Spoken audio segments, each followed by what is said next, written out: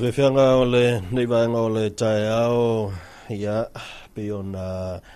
e whaafonga mai ai le tautua nei si upongo sa mo le lua api ia mai lona no whanga whansara lau tu i nei mulino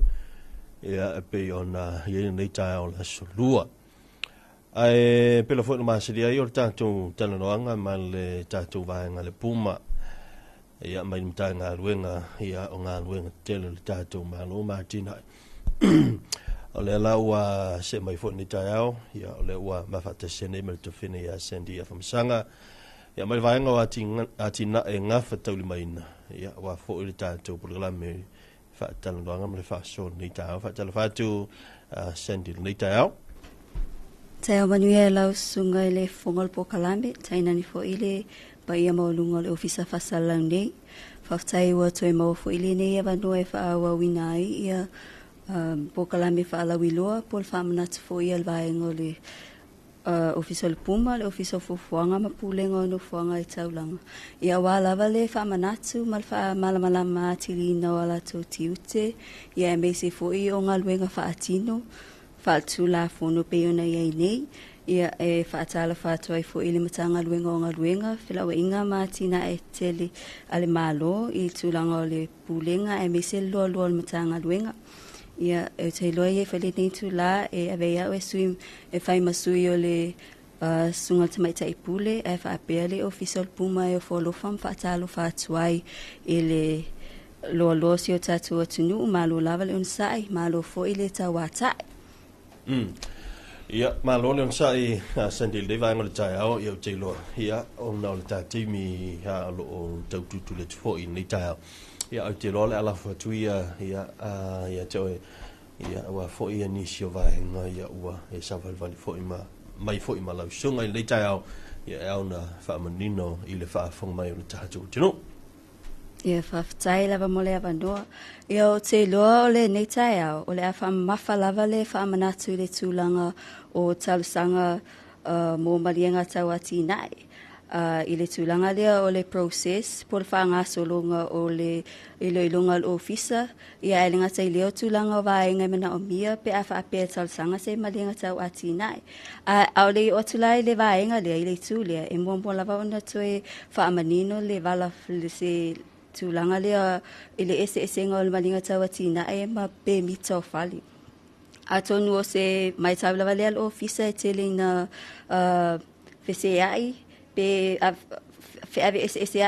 el mamalo le tunu ia le malinga tawa tina e mal pe mita o fali o le vaenga lava io malinga tawa tina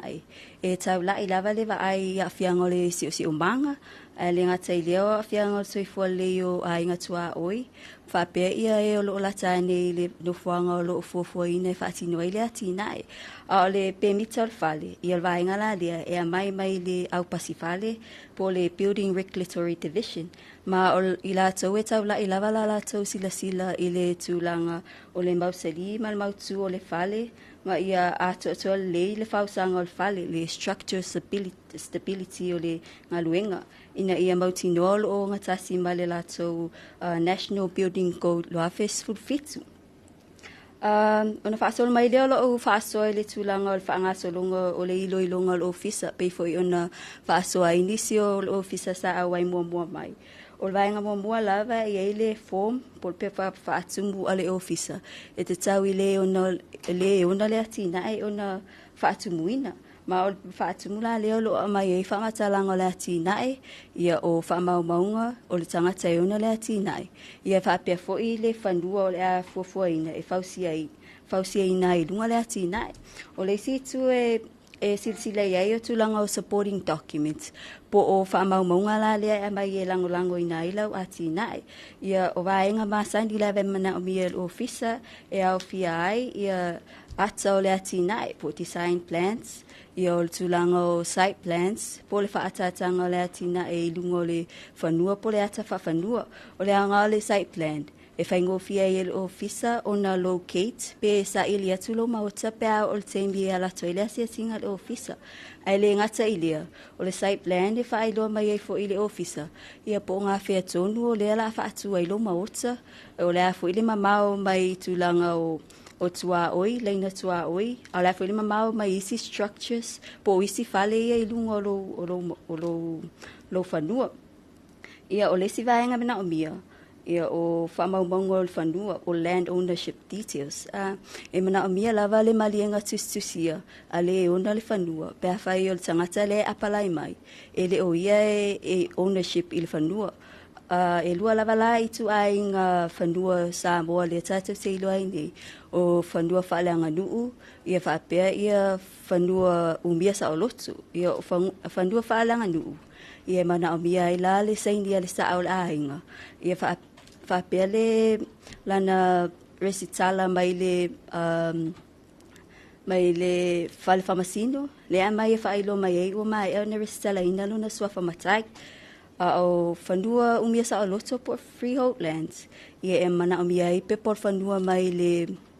vaenga leo le mbola sa po le matanga luengo whanua mafuanga whanua. Ia e mai e whailo mai e whaamaunga po ai tonu le alo e whanua po o sao. Ia o sao fo ia details po le malienga tangata le tu ina mai. Ia a mai au mai lola vaenga lea. Ia ona tauri maina lola ia pe submit mai tonu le officer. Ia wale whaanga solo no lana ilo ilonga. Ia whaftai. Mala whaftai te le Sandy wa manino ia le tūlanga fōi. Ia o le folosanga manino ni nei vanga le tae ia o whaafonga mai fo i le tātou tinu vanga le sai tā ua le structure stability ia mwhai ona e whaamanino a tili le tātou tinu ia le aunga mai whaamoe moe a tō lawa le vanga lea ia ai o le ase it's a term, simple terms fo i lea mo tātou homeowners ia me se fo i la tau e fia whaatino ia ni atina e te tele ina yo la tau si le fia le tau le vanga le structure stability fa mo mol ia whaftai lava mole ava noa pe ona tau whai e wha manino atu le teimi wasola o le vausa li po le mautu o le fale le fia fausia ia o le vaenga le e patino tonu lava i le au pasi fale o le si division le i tonu na tanga luenga o ngā luenga e le ilalo la o le vaenga le puma a o le vaenga le au pasi fale e whao ngā ina i la tau le National Building Code le e assess pe ilo ai i al fausanga al fale lea po o ngatasi matula fono fatati le National Building Code o le tulanga e tuturi loa ia mautu le fale ina imfai ona se te e atu pe mfai ona tula i pea mausali atu i le taimi o swingo le tau o iei nei ia i tulanga o wha ma tulanga wha pena o lo o atu ona le whale le e whainga sa ona tinei i tulanga wha pena Whaftai o le mai i o tau o le vaenga lea Sandy ia mo le tulanga fo i le leo le sila fia lau tele le tātou tino ia mai lo o e ia sila fia from your own experience for le o le e to tele ni sio le malu le tatu tunu o te lotu te ngalo fatasi ma le tatu tunu o malama i le ta u o vo ile le o le building permits ia po le permit vo ile ia mo le fausinga o fausio nga wenga ia mai se fo ile o to asi singa fo ile le siaki ile tulanga o le lei ato to nga wenga famanta o lava le sila fia le tatu tunu o ile tulanga le o le foi o le permita le e mo mia e la to una fatino ile nga e haftai mo le vanoa a tonu le tulanga le na e whaamalosia i pea ia awareness programs ne ia liptanga luenga ina ia whapenao na whaalatele ina pea le malamalama si o tātou atunu ui tulanga o pe mita ia male malienga tawati nai a e pe o le autu lava i o le whaamoemoe e te tau lava o na whaia mua mbola o malienga tawati nai whaato ama whai e o na whai le pe mita o long mosa ile ma whai o na skipi le stepu lea o le malienga tawati nai e mana o mia ele au pasifali a wafu ila lato ilo ilonga ile tulanga le structure stability ma o le balienga tawati na ele o ye conditions po ai inga foi e fa pena ona muli ta ia le ona le atina ina ia fa pena ona wani ia ni afianga matu ia pe alofia fo ina ia afianga ile si o manga ai mese ia no fanga la tani po a inga tua oi ia ma fa tai sendi le vanga le tulang foi le wa vatu nei le tal sanga ia wa foi na approve ia wa foi wa ausia vanga uma foi le tau ai ona matalole o ngalwen ai te u mane le ngalwen ia wa approve ia po approve le ngalwen nei ai te u mo muliane ia istulanga foi le ole ele o saunga le mu o fela le o ta onto ia le tulanga le mta fai oi ia ole lape ole piura po le lape ole tangata ona ngalwenga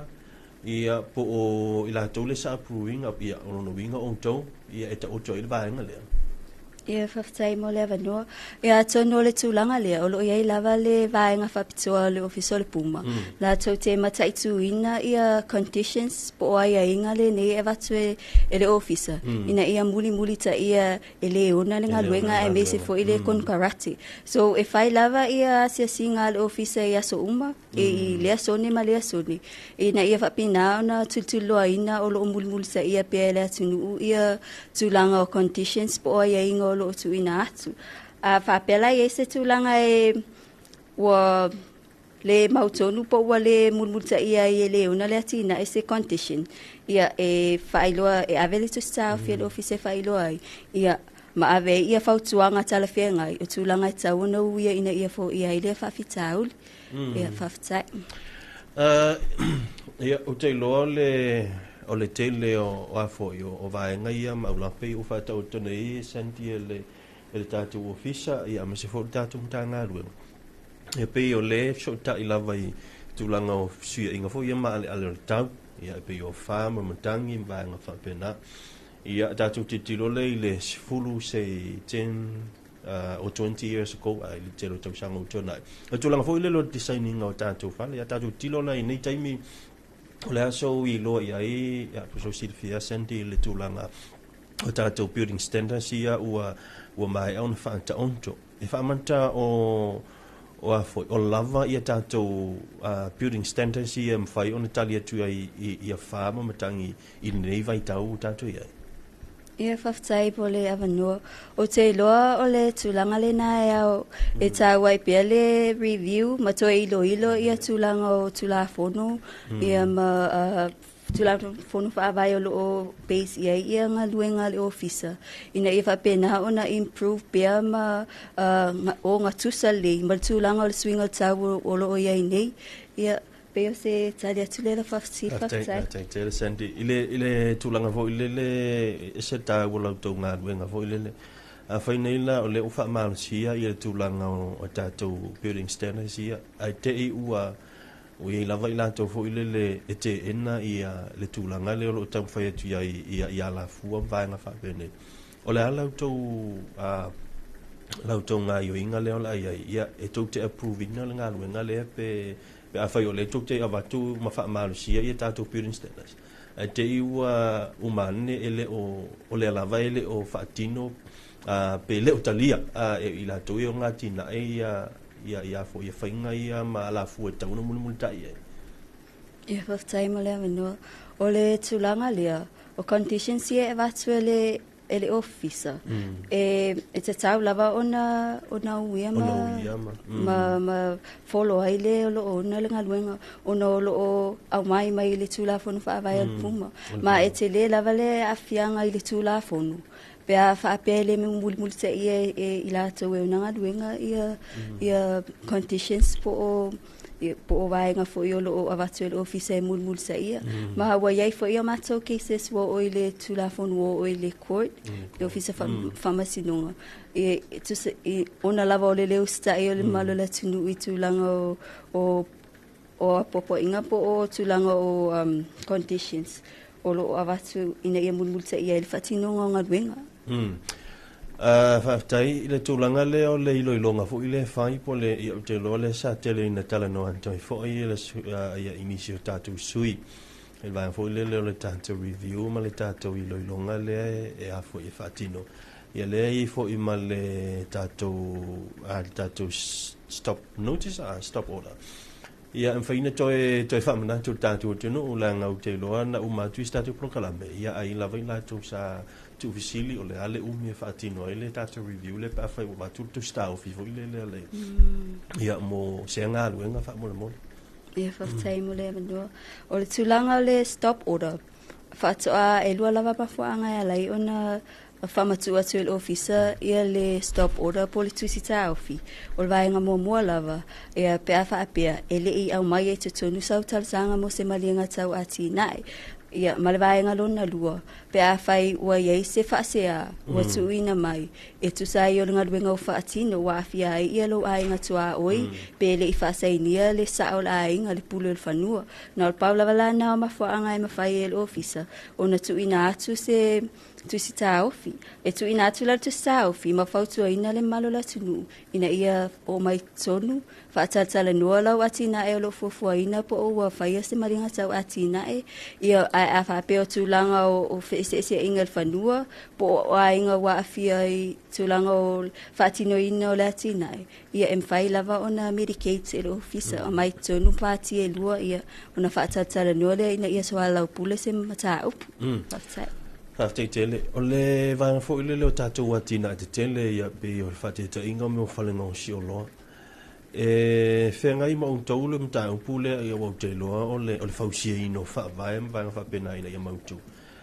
ia le o mai le falenga o si o loa fem fate ta inga wa I falenga o si o loa e ile asu fo ile sau ile fale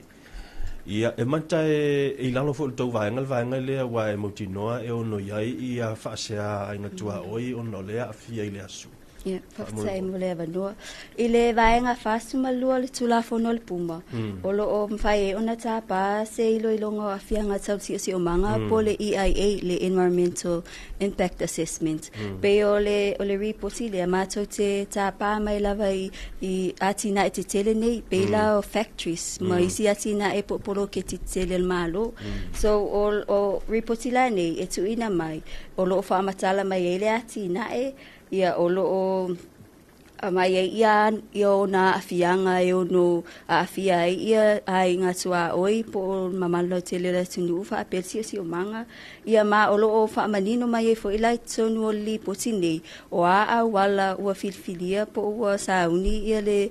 ona le atina e fa atino ina ia aua ina ia le petia pe fa iti tia fo nei afianga so o le report la nei e pesan anga ia le ilonga lo ofisa wa mansua le amai fo I mariata le ata ngā luenga le design ma to te tāpā fo ila ia le so animal vainga o pasifale ina ia ilo fale le tūlanga o le ata o fale le iai po fetawi ia lona structure ina ia mataitu ina lava le tūlanga lea a wane I te le so na afianga pe ona e sauno le afianga o le asu I ainga tua oi ma o le reporti la le tu ina mai ia o le reporti lava la le e whaonga le officer e ilo ai ma tu ina atu ia mitigation measures mataitu ina ia le atinai mai level taimi o lo fausia ai se ia o level taimi ua whaonga ina I le atinai whaftai e tutusa ia ala fua e whaatau toi le talnoi le wha Britannia le building standards mo le fale fau ma le renovations ma fale fau e toe wha fau e po fale fau e toe whaatele mai whapena e tutusa ia ala fua le ia tatou building standards more renovations projects here matato new buildings. Okay, o le tūlanga fia whamanino le tūlanga leo o building plans pe ona e sau noai. O le tūlanga lava le patino le au pasifale e alato building plans e sila fo ile o ia le mamalo le tunu pe tala fia ngai ma le fale po le patina e lo ia fuafuaina. But o le tūlanga lava ia, e sau lava le ona le atina e, ma mai lana ata, o la ata fo ile o lana atina e o lo fina ngalo ia ia, wa ia isi teibi e avatu ia building standards ale vaenga lo pasifali e le o ngatusa ia foldinga va ia por tūlanga al fa tūlanga ngol fali ia male fali le fina ngalo ile malo la tunu ai o le tulanga lava lena e o le ona le atina o lana matafa yoile o le tuina mai tono le atolo na fali e ala le langa contractor ia po lana ka muta foi po se tangata tusiata e na te tusiala atol fin o le fali o lo fina ngalo ai faftai ma lo faftai ia o te loi ni si vai na tau e ona te fia tal no ai la fotu e to e fa mana tu mai fa mole senti mal fa lo ia faftai mo le avanoa o le tulanga to e fia fa manatu I Paul Kalame le ofisa e aile mato fa nuanga fa pitoa po le awareness consultation le amata dia le aso taiao e fa mala mai tulanga teu ngo sa yala mo le pui ngo si o manga so tai po o codes of environmental and social practices so le aso taiao le aso no me e amata dia le afale vai le fulu lua ia le consultation ma e fa ia le Tate Convention Center I le songi ma o ilato lo vala aulia ina I le consultation mua nei e au fia ia matanga bengal malo ia o business tu maoti ia fa apea ia pa anga fisosoania le officer o le aso fito me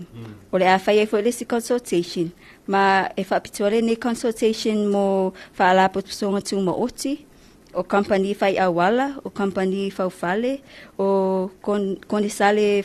falsio si o manga ma anga fiso tai ia o tangata fai ati nae e fa apel ia faltan malo ma company fai ta avali o la so fulu tolo me e fai ai fo ile afole iva ile fulu lua le consultation ma o le a focus lai tu malo ma o no fanga la veta se fa ati no ina ia atato consultation o le Tate Convention Center I song ia o sulangal na fia fa manatu si o tatua tunu silsila I foi lunga o penga tafa ilangi le page le MWTI ia o lo fa pena no fa la wilo atuai ia I tu malo ta itasi ia fa pe ia so etau ona awai atuai le nei consultation faftai ia saule o le isi lea fa manatu ta ua lava le ua ta ua sunga ia senti o le foi sa fa fonga le tatu tunu ia ilunga le tatu ala le nei ia va na ta ua le ia e peona ia tātou whaatana noanga ia ma tātou tu malo ia meisi o tātou whaalape tonga tu maonti ia meisi o nisi o i tu tino ese ana tātou malo e mtanga aluenga e peona ia le vanga le sa whailo atu e le sunga ia senti le nei vanga le tai au tāu o tele ia le tele o vaenga le ua folosia e fo i le sui le tātou mtanga aluenga ia po le tātou vaenga fo i o le puma ia mai se lava o vanga tāu ia wa o telo tele I lātou o le ua fausia o lātou maunta fo I malawa I lale si vanga tāu a leo te fia fisilingi ia a lausunga ia tūlanga fo le tātal noa ia tūlanga o le tau e ia ino foanga fo I lea senti e whaingo fia I o na a fia I mene I o lo longa o na timu e matua lo vai ia e fia e whaisenga aruenga fo I le le ia e whapena lava e mawhai fo I ona whaatino lautou inspection po lautou asiasinga e mawhai ai ona foi ona pasia o tau le no foanga e whai ai le ngā luenga e fua I le tūlanga fo I le lambatia pe au ina whaale tonu I wingo le tau ia faftai mo le vanua ia atonu o le autu lavana o le oitu o le ofisa ma fai ia asiasinga ina ia whaamautinoa o saonga le mu a o whetau I fo ia le tūlanga o le whanua o lo fuafue whatino ina ile atinai talking about the concept of the land suitability ia whapena o na whetau ile atinai le fia fausia ma lona si o banga I tūlanga o nofuanga o lo si o mia ai le ngata ina o le ele o lo fuafua ina whatu ina ile atinai a whapela wala le pasia ia e mwhai lawa le ofisa o na whautua ina Swiss no fuanga e whatino ile atinai ia ma ale o lea ia mitigation measures e mwhai oni tu ina tu le ofisa pe o le whaiale o le tanu ia le no fuanga ina ia whaamawadunga ia ma whaamawadunga le tūlanga o le whaavai o le whale ina ia whapena na whetau I male si o manga o fuafua ina whaatu ele atinai ia whaftai after te le lava senti ile ta u te no ta no ia le o e fa manino le ma se te fa wa i se le o mala malama o matua manino ia tulanga o ma o e fa manino le nei ta ia o te lo ia la fo tu ia nei no ta o lunga mai ma fa mai a mai le ta no anga inisio va ngo tu toi ia ona fa mai ai le on ta no anga nei va ngo le ta o ma le fa lo senti Nga whaftai, a tonu le se si vai nga pau lava le nganga le nganga whaftai, ia le nei whai awa noa o lo tu ina mai pe whaawa wina ia po kalame whaala wiloa, ia wa o le manatu au tu ma le langona lava ia whapena ona nofo malama ma iai pe se finangalo e loa i pesi o tatua tunu ia tūlanga o ngaluenga whaatino le puma. Ia e whaingofi ai fo ia te ila tau ona apalai ala tau tasanga mo malinga tau atinai. Ia ma whaingofi ai fo i ona ngalue whaatasi mali ofisa i le tūlanga la mātou pitola au le ilo ina. Ia o malinga tau atina e lo tuina mai tonu. Ia whaftai fo ila usunga ia male malo le ofisa mo le ia vanoa. Ia manuia te lava ia whiamunga luenga o whiangai e tatou atunu whaftai. Ia whaftai tele, ia lau sunga senti, ia whamasanga, ia tu sai mali tātou pula kalame taha ua, ia le ua whalau i loa ina nei tai au, ang le leto e whaiwa matiu teo la whiangai maoe. Ia misa fo i ole tāpena tuai le wasomalo lo le aso naitina, ia i le sa tātou toi whiloai, isi whaapoponga le tātou pulu kalame talanoanga ma le vaenga le puma ma le mtanga luenga o ngā luenga. Au la whaoni si o tātou musika mwhaafiafianga o le nei tai au.